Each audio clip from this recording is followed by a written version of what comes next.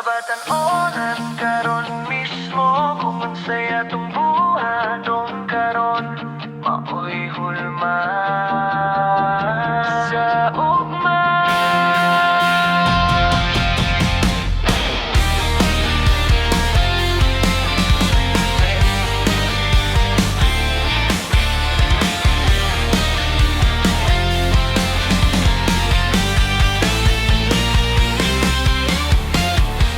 Sa barangay, dili pa sikat, dili pangalan, dili pang TikTok. Serbisyo una, dili kwarta, kung tinuod ang tuyo.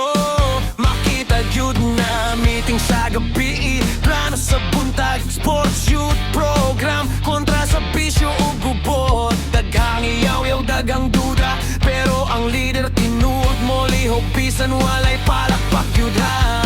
Iye man perfecto ang kabatanunan, pero naay kusog nga gihatag sa Ginoo. Kung gamiton sa matarong nga dalan, usa ka barangay mabago gyud diha dayo. Mga iske ayaw pagunda, ang inyong tingog importante kayo.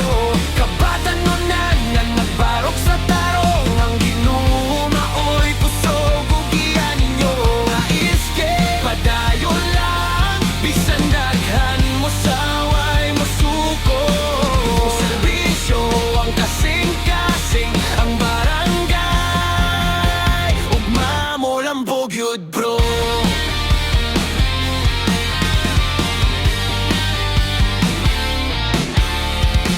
Kontra sa bisyo, kontra sa kahayag, ngit-ngit youth ang target. Maunang kinahanglan ligpon ug limpyo ang leader, dili tanan influencer tinuod. Mas labaw ang leader nga mo lihok, dili lang mag-post jud. Gingon sa kasulatan ayaw itamay ang imong pagkabatanon. Kung buhat ug pamata sa matarong ang S, kadili lang posisyon, kundili panawagan sa pag-alagad nga walay kondisyon.